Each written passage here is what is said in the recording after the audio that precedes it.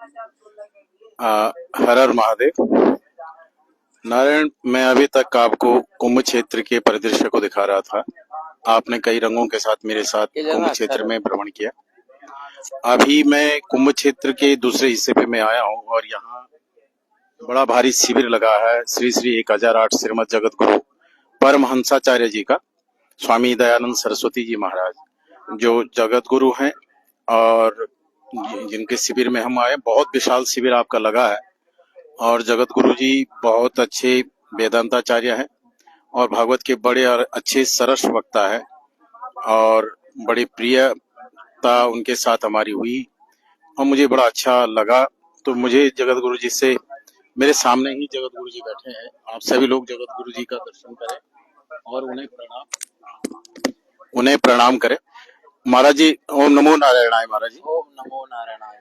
महाराज जी, मैं अभी कुंभ क्षेत्र में घूम रहा हूँ और मैंने बहुत सारे संतों के दर्शन किए हैं।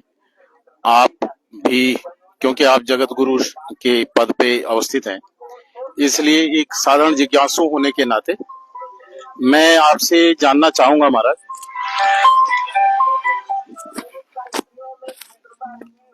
कि कुंभ का सनातन संस्कृति पे क्या असर है।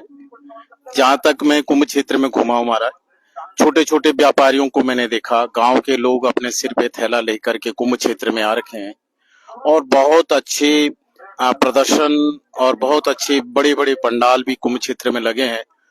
देश के दूर दराज क्षेत्रों से भी लोग आए हैं और बड़ा उत्साह लोगों के मन में है।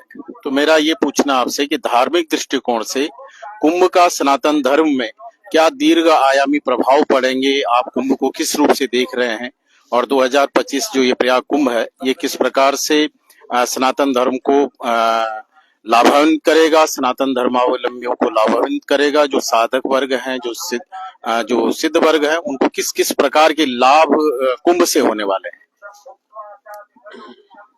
नारायण नारायण नारायण।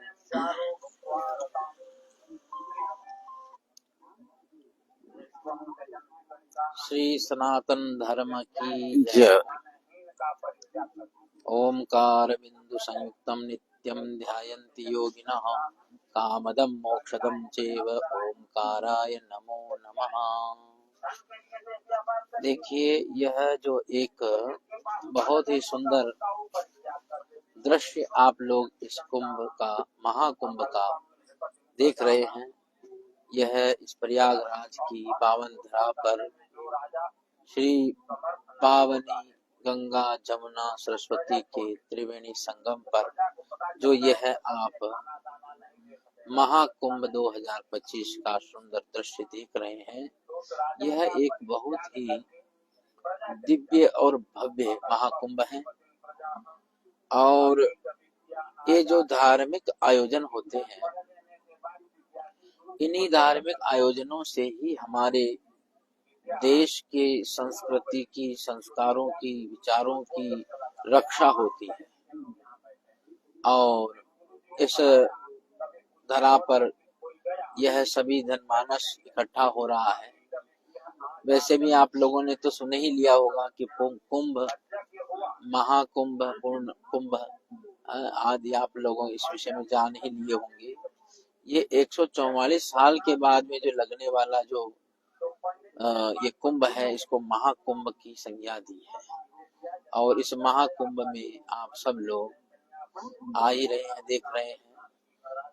अभी हमारे पूज्य महाराज श्री ने ये प्रश्न किया कि इसका क्या लाभ है, तो वह मैं थोड़े ही शब्दों में आपको इसका विचार बता रहा हूँ कि जब हम अपने धार्मिक आयोजनों के द्वारा जब हमारा समाज इकट्ठा होता है, तो इसका धार्मिक लाभ तो है ही है। वो सबको दर्शन होता है कि पुण्य लाभार्थ सब लोग यहाँ पर आ रहे हैं, माँ गंगा के तट पर स्नान, दान, पुण्य आदि कर रहे हैं, तो उससे उनको एक अपार पुण्य की प्राप्ति हो रही है। क्योंकि ऐसे आयोजनों में, पवित्र तिथियों में, पवित्र स्थानों पर जो है ऐसा पुण्य सत्कर्म करने से एक अक्षय पुण्य की प्राप्ति होती है। दूसरा लाभ इसका यह है कि समसामयिक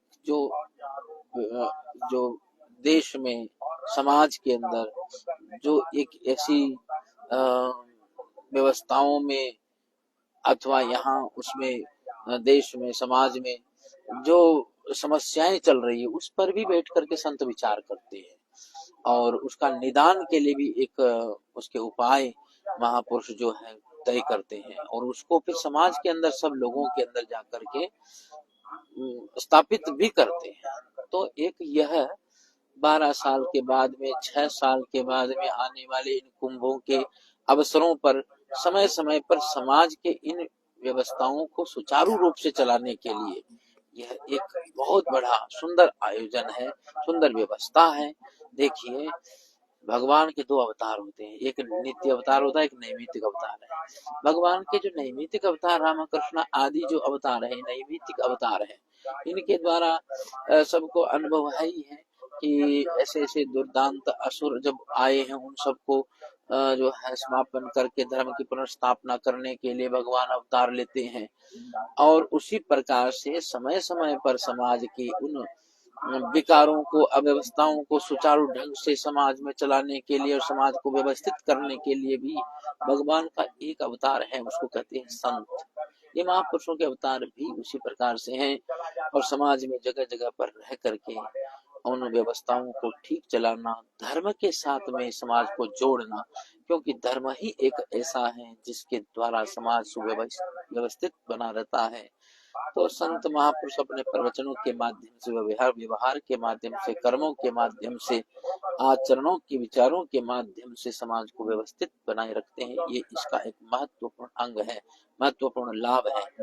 और एक लाभ इसका और भी है कि एक आर्थिक सुव्यवस्था समाज तक पहुंचती है।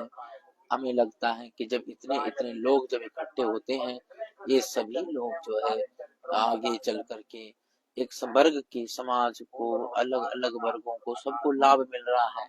इतने बड़े आयोजन हो रहे हैं तो एक सबकी जो जो सबकी पूंजी है वो सब तक पहुंच रही है और इसमें सरकार को भी लाभ है, समाज को भी लाभ है, हर वर्ग को लाभ है। ये कितनी बढ़िया सुंदर व्यवस्था है। तो इसका भी एक चीज ये भी विचार कर लेना चाहिए।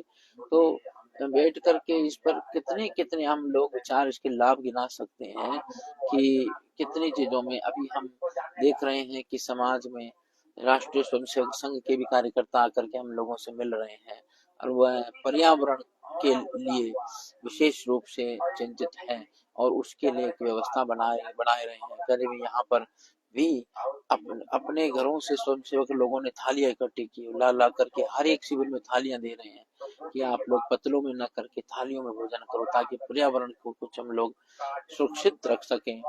ऐसा एक पॉलीथीन ज्यादा नहीं यहाँ पर हो गए, इसलिए कपड़े के बने हुए थैले बांट रहे हैं कि ताकि सब लोग एक अच्छा वातावरण जो है वो पवित्र बना रहे हैं। तो इस प्रकार से बहुत सारी चीजों को देख करके भी और अपने अपने विद्वान लोग यहाँ पर कथा प्रवचन आदि कर रहे हैं, यज्ञ हो रहे हैं, लीलाएं आदि हो रही है, कीर्तन हो रहे हैं, जाप हो रहे हैं, पाठ हो रहे हैं, कितने कितने एक मतलब सुंदर ऊर्जा चारों तरफ एक आभा मंडल बन रहा है। तो यहाँ पर आकर के मुझे लगता है कोई व्यक्ति ऐसा नहीं होगा जो उस आध्यात्मिक ऊर्जा से, उस आभा से जो लाभान्वित नहीं हुआ होगा। तो सभी इसमें लाभान्वित हो रहे हैं। तो ये तो है ही है कि इन व्यवस्थाओं के माध्यम से ही महापुरुष लोग या भक्त लोग अपने इन सत्कर्मों के माध्यम से देवताओं को उनको लाभ पहुंचा रहे हैं और देवता समाज को लाभ पहुंचा रहे। परस्पर भावयन्तः, परस्पर आप एक दूसरे में सबको लाभ पहुंचाया जा रहा है। तो कितना लाभ है। आइए इस महाकुंभ का आप भी एक हिस्सा बनिए और समाज को के लिए, सब देश के लिए और धर्म के लिए अपना समय निकालिए। ओम शांति शांति शांति। हर हर महादेव। तो ये थे हमारे जगत गुरु हाँ हरि हंसाचार्य जी महाराज जी। मैं आपके शिविर में आया था और इस शिविर में अच्छा मैंने देखा कि बड़ी सुंदर व्यवस्था भक्त लोगों के लिए हुई है, सत्संग भी चल रहा है और क्योंकि काशी विद्वत परिषद ने आपको मनोनीत किया है, इसलिए आप विशिष्ट व्यक्तियों में से आते हैं, विशिष्ट संतों में से आते हैं, रखिए। इसलिए एक संक्षिप्त साक्षात्कार मैंने आप लोगों तक पहुंचाए।